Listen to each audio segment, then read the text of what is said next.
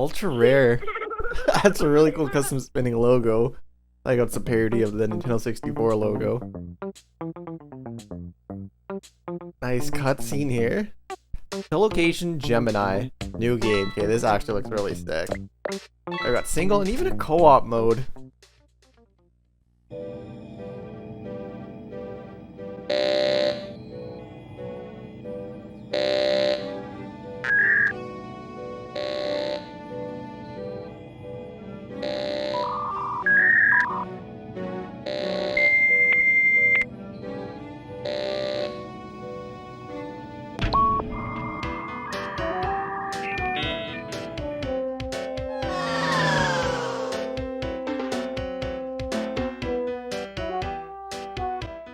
Great opening cutscene here, like this is sick.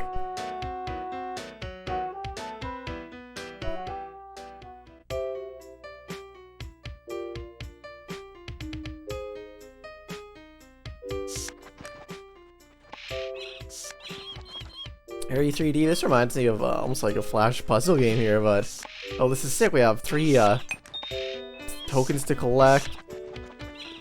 Like, camera controls are great and snappy.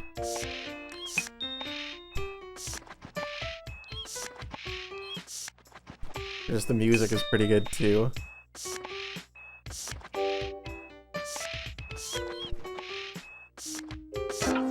Alright, sweet. First level, and that's like almost like a perfect sort of tutorial level. Doors and switches. And now it introduces this. No, I love this camera too. Yeah, we can even have a full view of the map here if we want, which is honestly such a cool addition. And the jumping controls just feel so tight.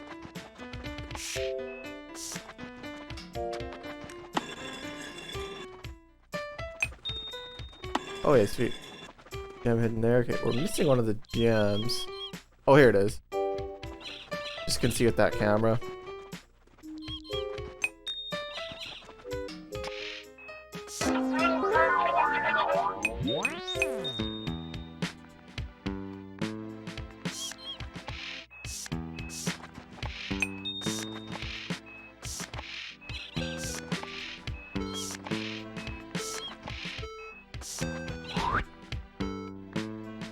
Okay, sick! We can switch between two different characters.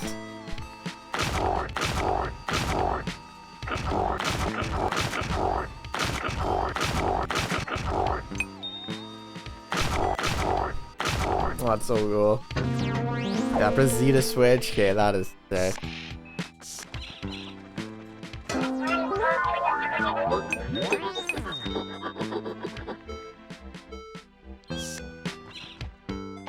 Yeah, so we can jump on top of them to get stuff. I want to do some post-commentary on this too. And I know lots of YouTubers get called out for faking post-commentary, so when you see me in the black sweater, this is me during post-commentary. And then in the orange sweater, that's when I'm actually playing it. The reason why I want to do some post-commentary for this is because so much stuff happened with this game afterwards. This game ended up winning the entire Nintendo 64 Game Jam, and with me being one of the judges, I ranked this game the highest. I gave it a 24 out of 25, and I think it definitely deserved the win. Like, this game was just overall really amazing and just so much fun to play. But yeah, I can open this up. I got all 3 gems. Oh, it's such a good puzzle game here. Like, this is honestly like, seems close to like a retail game here, honestly.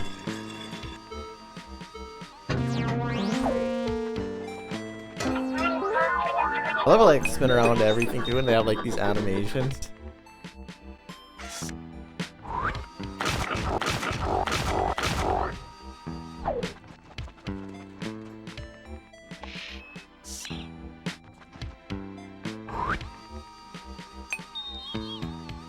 I'll go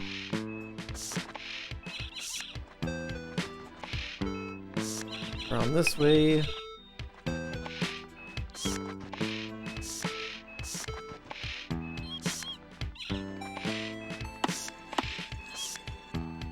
Oh yeah, so now that worked, and I can come around this way.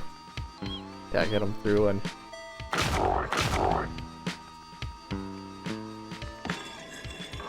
Press the big switch. Okay, yeah, so now those are like permanently open, which is nice. I can use him to get that gem.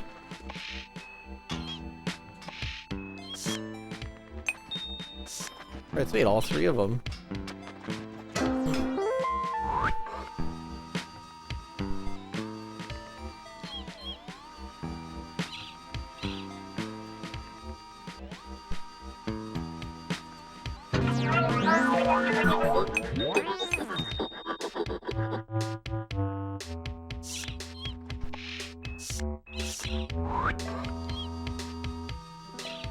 Okay, sick. So, I'm assuming that's a death pit there.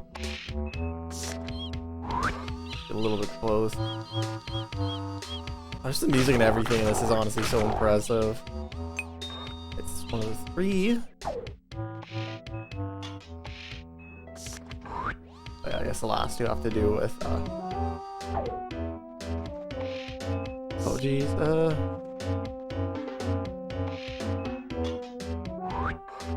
Oh yeah, I can move with him on top of me.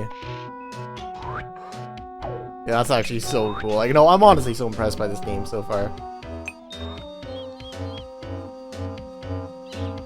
Go here.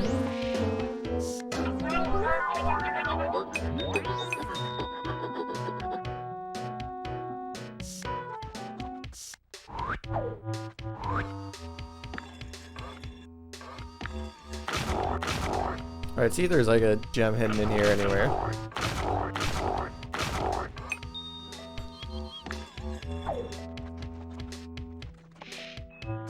Okay, sweet. Can hit this.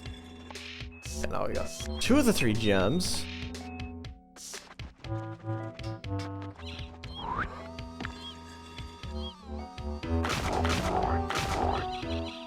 I love the sound effects and just everything in this.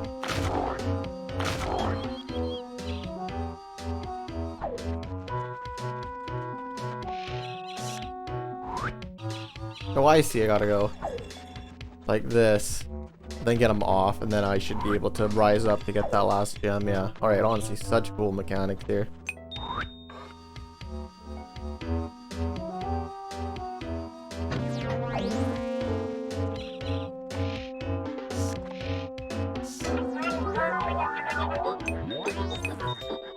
All right. Switch tag team.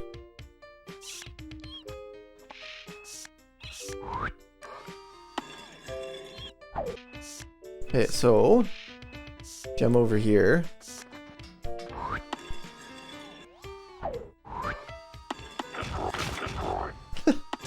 Love that sound effect.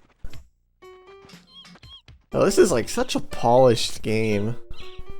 Another cool thing about judging this competition is that me and the 4 judges got to interview all of the participants, so we got to interview the people that made Telocation Gemini. I'll be throwing up parts of the interview throughout this video also. So you guys are a team of 3. Tell us how you split the work for your game.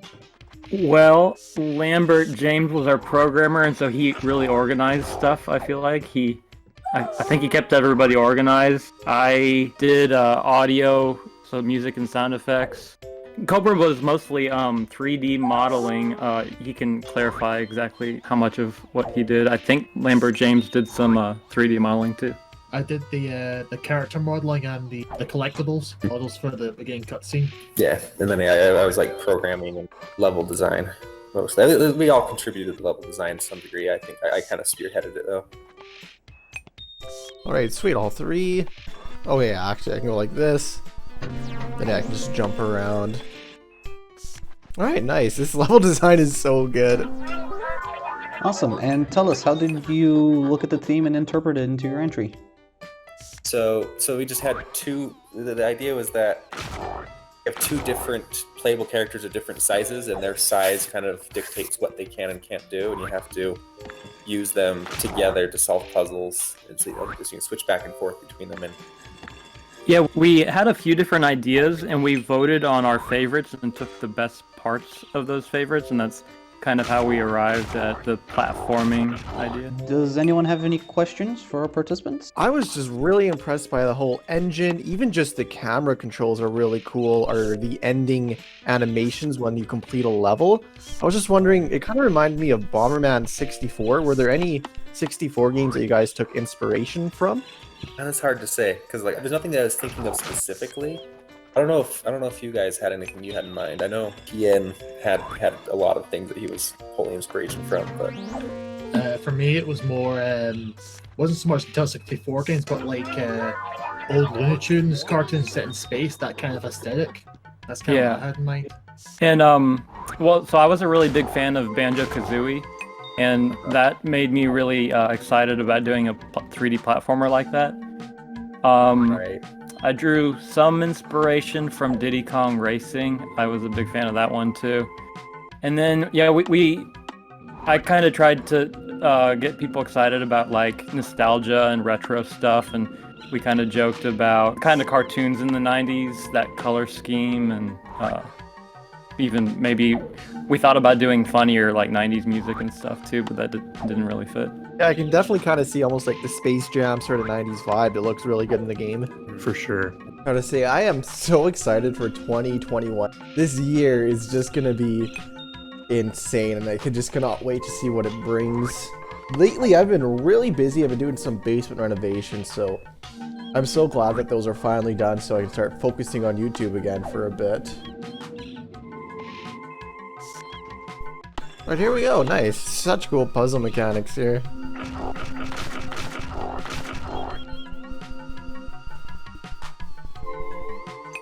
Right, perfect. On all three.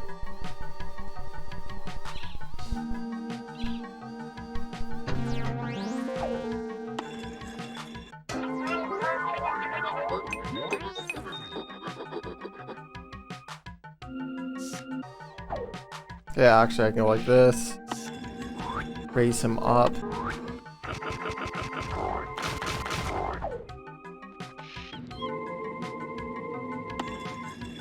Oh, okay, I see how this works now.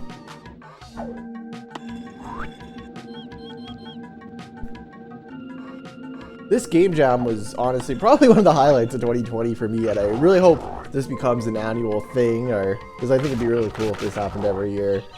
There's the amount of great games that I got from this game jam has just been incredible. And in 2021 here, I'm going to really try to grow my YouTube channel too. And I'm just so excited for all the ROM hacks and everything that's going to come. I'm sure this year is just going to be jam-packed full of some great games. It's kind of weird. Usually every year I'm excited for a couple big releases like Mario Odyssey or like Breath of the Wild or big AAA games like that. But in 2021, there isn't really a single game I'm looking forward to coming out that's new, other than maybe the sequel to Breath of the Wild, if it even comes out this year. But I think that's the only game I'm really looking forward to at the moment. Not a question as such, it's just more saying this felt more like a complete game. You know what I mean? I could imagine if this was extended with different puzzles and things, you'd be buying this game. Yeah, thank you. Yeah, and I think I had the goal to about halfway through to spend most of the second half spent polishing it, rather than like try to get all the main mechanics in first half of the jam and then focus on the second half of the jam just polishing and iterating. So I'm glad that honestly it shows that it feels polished. There are a lot of games, Game Jam in particular, feel rushed, whereas this felt, as you said, polished. You'd put effort into making it feel right and it shows. For me, it just exudes polish. Interesting to hear other people confirming that. Things that really stood out were the level design and the progression. Everything just felt very, very well attuned to the kind of flow as you learned how the game systems worked. Things just became subtly more challenging. The crystals became harder to find. There became these things where you getting on top of the robot, you immediately think, oh, I get on top of the robot, and no, I knock myself off. And that kind of vibe to it really felt to me like the best of kind of Mario level progression. Show a mechanic, learn a mechanic, challenge the mechanic. Lovely stuff. I loved the kind of retro thing where, you know, your kind of front end with the little, I say FMV lightly, but the kind of, you know, Right. you know, playing to the, you know, you want to do a kind of exposition and a kind of theatrical thing, but obviously we're constrained by memory and what we can do, so you judiciously chose some nice still frame and jump between them beautifully. Also, that little thing off the rocket going through space at the start, rendered with the, you know, with the old cranky reflection mapping that we used to have. Yeah. But then when you revisit it, you revisit it as a sprite, as a rendered sprite. So that I thought that was really lovely. Kind of picked up the feel of Pikmin as well. I felt a bit Olimar as I was dropping Definitely. off. I don't really have questions. I've got a lot of praise. I think you did a lot of things really, really well. And another thing I noticed was, as the little guy running up the slope, you run up the slope, but you can't get quite up the slope when you do the Mario 64 slide back down again. I thought it was a really nice little touch. And just the controls, you know, you're placed in this kind of, you know, perilous jumping experimental environment. The control, I very rarely mistimed a jump or fell off, which you know, speaks volumes for the integrity of the control. And I think, as someone mentioned, using the C button in that way to do the kind of, you know, lerp between camera positions. Again, you know, that really nicely references those early days of the N64, where camera controls, as kind of typified by in the Mario game, we didn't really know how to represent camera control, and it was a very kind of atomic thing. You would press a button, and it would also the being able to scroll around the map. You know, the kind of alternate gameplay thing, where you step outside of the game to scroll around the map and scale and rotate to find where the crystals are. So yeah, I've got nothing but praise for it. I think it's a lovely, lovely game. Thank you.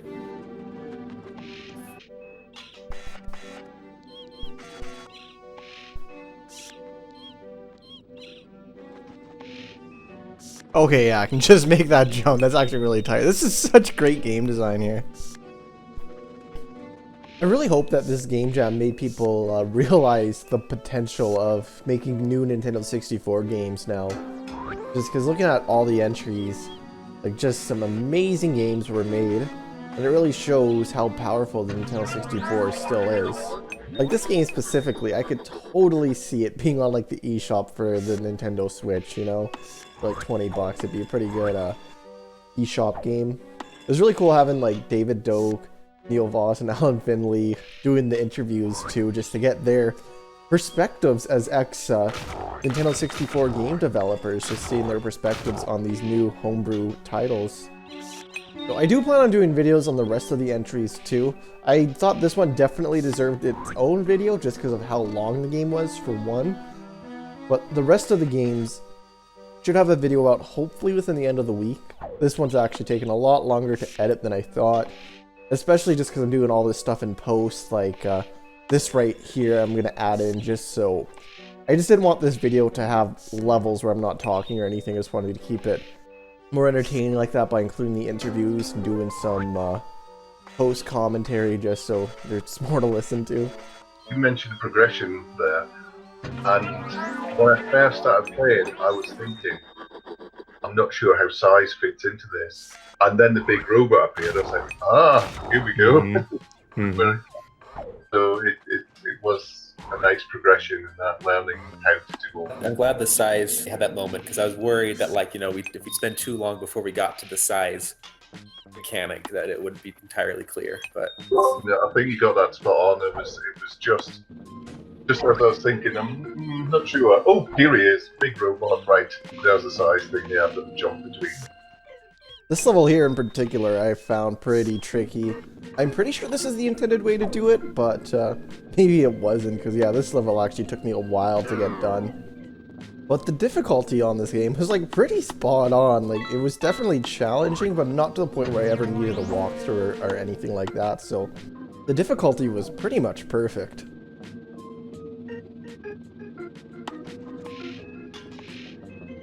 There we go. That one was pretty tricky.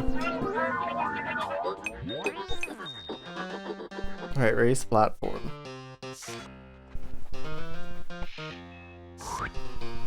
Oh wow, I got new music. The music on this game was pretty spot on too. Like, I'm pretty sure it was all original music too. I think it was all made from the ground up, so it has a pretty memorable soundtrack, that's for sure. Definitely has a bit of Zelda Dungeon vibe to it too, with all the switches and rising pillars and everything. Has a pretty good color palette too, how all the levels are different colors, like blue, purple, or green. Kind of has that Space Jam vibe that I was saying in the interview earlier.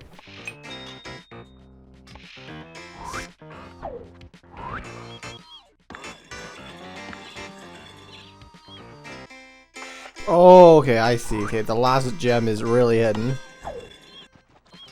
It's in here, okay.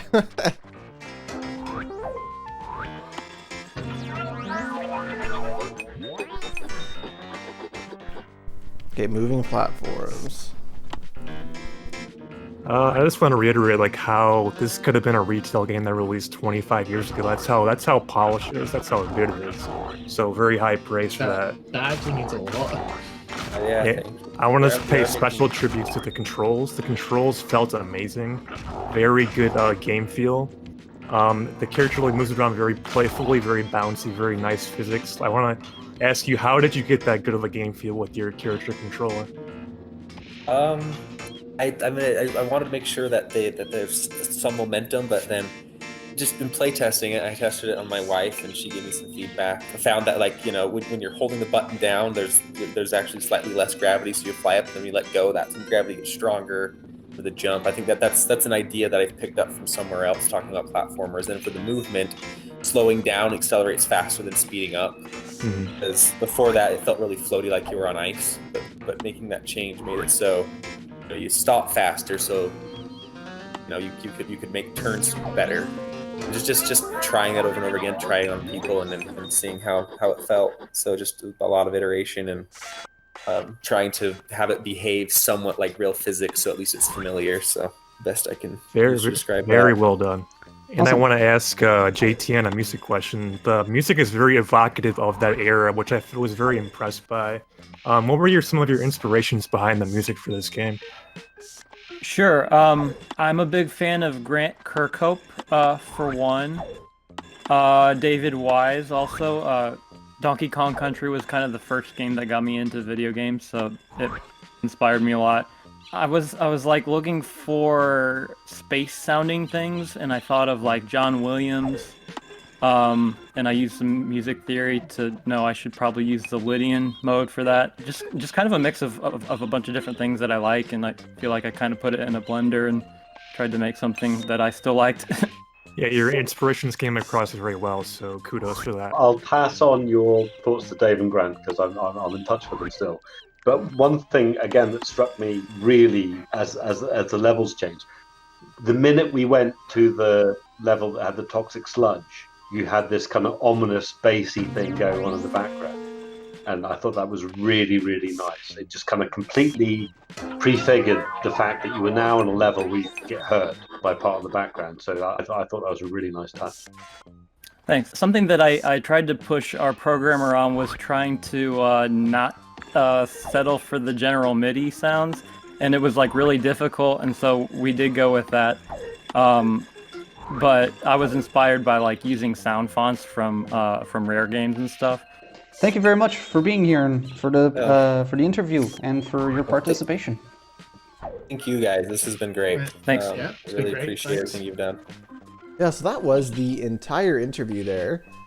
And if you want to listen to more of the interviews, I'll have it in the link in the description down below.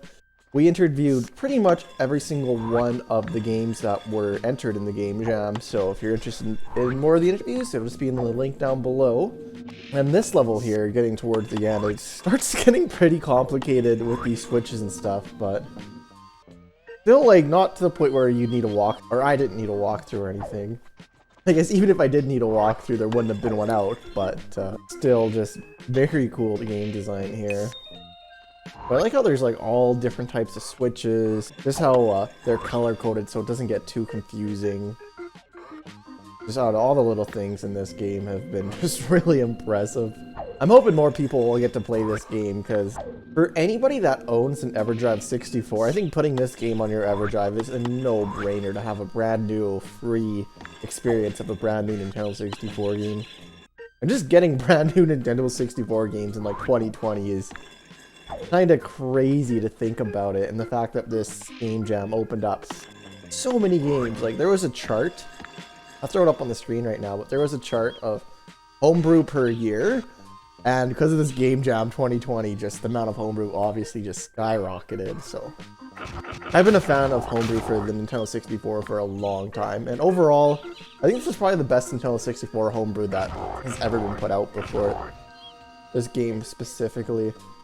But a lot of the other games are super, super impressive too. I'm very excited to be making videos on all the other entries also.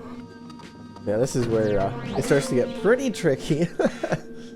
Probably be mostly post-commentary, because this was at the point where I was probably like an hour and a half in right here, and I was just trying to focus on the puzzles instead of doing commentary. So yeah, so for this part I'll mainly just be the post-commentary.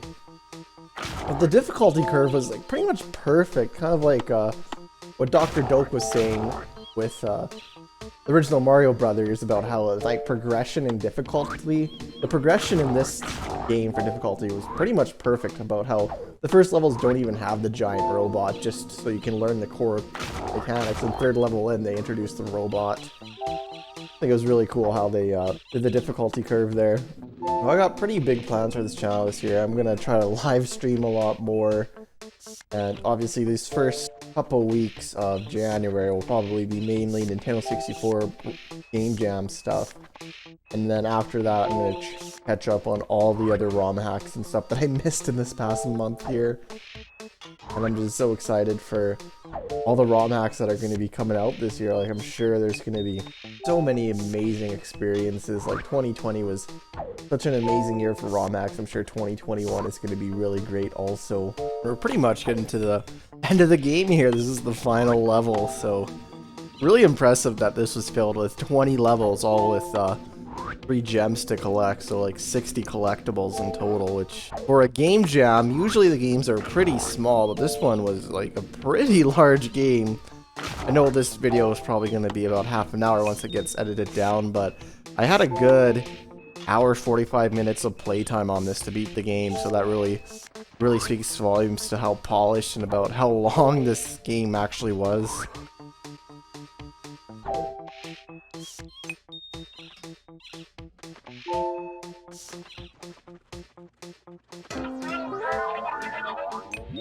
Alright, nice, and that's it.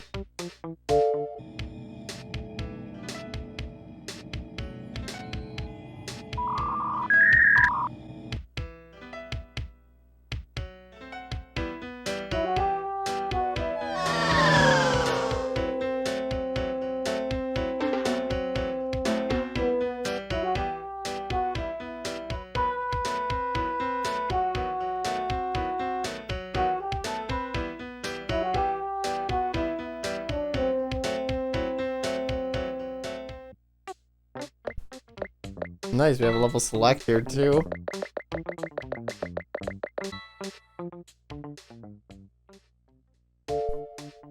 Oh, so this is how 2-player works. So they actually have split screen 2-player, which is honestly like pretty insanely cool. Wow, this 2-player mode would be really sick to play with a friend. That's it for this video. Thank you guys so much for checking it out. Obviously, huge shoutouts to Telocation Gemini team, which was created by lambertjamesd, JTN191, and Cobra. And huge shoutouts to the Nintendo 64 Brew community and channel for hosting this game jam. It was obviously very impressive. The fact that I didn't even really touch on the co-op mode much, which is obviously another just fantastic mode, which can almost be its own video. Yeah, thank you guys for checking it out. If you could leave a like or maybe consider subscribing, I'd greatly appreciate it. And I hope that you all have a great day.